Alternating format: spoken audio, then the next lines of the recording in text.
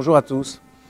Dans la paracha de Beha'alot-Ra, on nous raconte comment un certain nombre de Juifs qui, d'après la tradition, portaient les ossements de Yosef dans le désert, n'ont pas pu participer au Korban Pessah, c'est-à-dire à l'offrande de l'agneau pascal, lors de la fête de Pessah.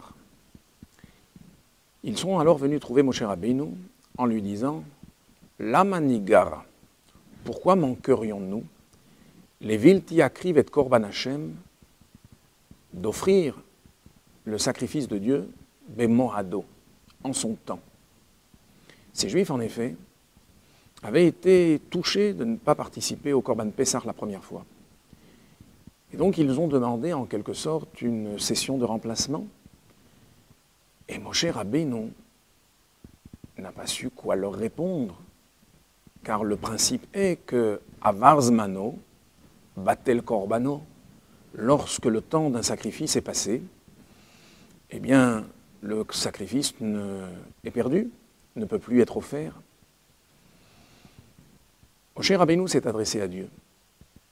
Et Dieu a donné la possibilité à ces Juifs d'offrir le mois suivant, c'est-à-dire le 14 Iyar, lors de cette fête que l'on appelle Pessah Sheni, le second Pessah.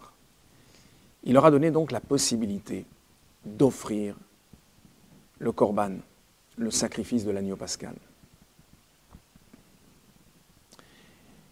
Quel est le sens profond de cet événement? Le Rabbi nous explique que la raison pour laquelle Moshe Rabbeinu, qui avait été interpellé par ces Juifs, a été étonné de cette demande, c'est parce que ces Juifs avaient demandé de pouvoir offrir le sacrifice de Pessah bemoado, en son temps. C'est-à-dire qu'ils ont voulu, en quelque sorte, rattraper le temps perdu, se retrouver dans la même situation que celle qu'ils avaient manquée dans le passé. Or, nous savons tous qu'il y a une perte que l'on ne retrouve jamais. Ce que nos sages appellent Aveda she'eina chozeret, une perte que l'on ne retrouve jamais. C'est la perte de temps.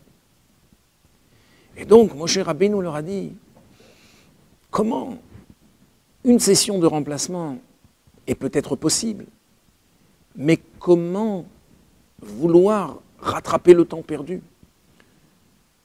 Comment vouloir, en quelque sorte, dominer le temps, avoir un ascendant sur le temps? Or, c'était précisément la demande de ces Juifs. Et Dieu a répondu qu'effectivement, un Juif est quelqu'un qui a la possibilité de dominer le temps. De sorte que même si, dans son existence,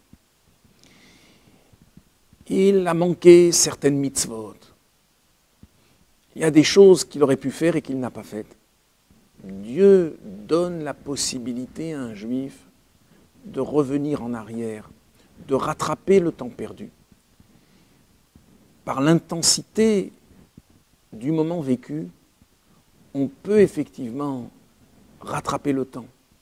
Cette dimension que Dieu donne dans cette paracha à un Juif, l'élevant au-dessus du temps, au-dessus de l'espace, au-dessus des limites du monde, est quelque chose de fantastique. On voit ici quelle est la force que Dieu confère à un Juif. Un Juif est capable, finalement, de tout rattraper.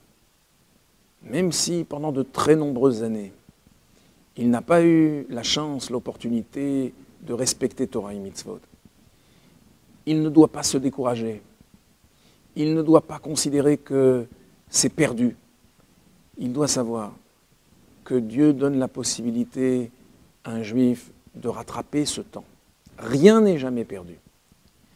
Et par l'enthousiasme, par la vitalité, l'intensité qu'il va mettre dans le service de Dieu désormais, eh bien, il a la possibilité de parfaire et de rattraper tout ce qu'il a pu manquer.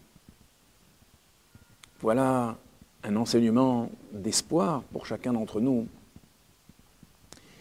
qui est de nature à nous donner beaucoup de force dans notre service de Dieu. Au revoir à tous.